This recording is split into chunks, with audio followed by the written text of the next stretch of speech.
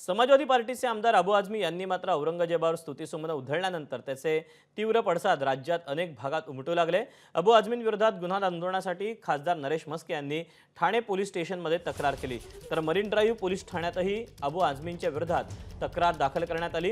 तर नाशिकमध्येही आझमींविरोधात गुन्हा दाखल करण्याची मागणी करत युवा सेनेनं पोलीस आयुक्तांना निवेदन दिलं।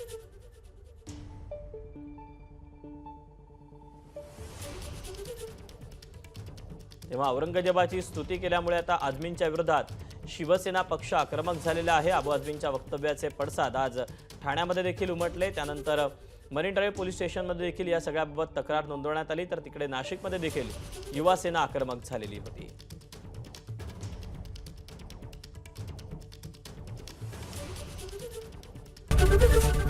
एबीपी माझा, उघडा डोळे बघा नीट।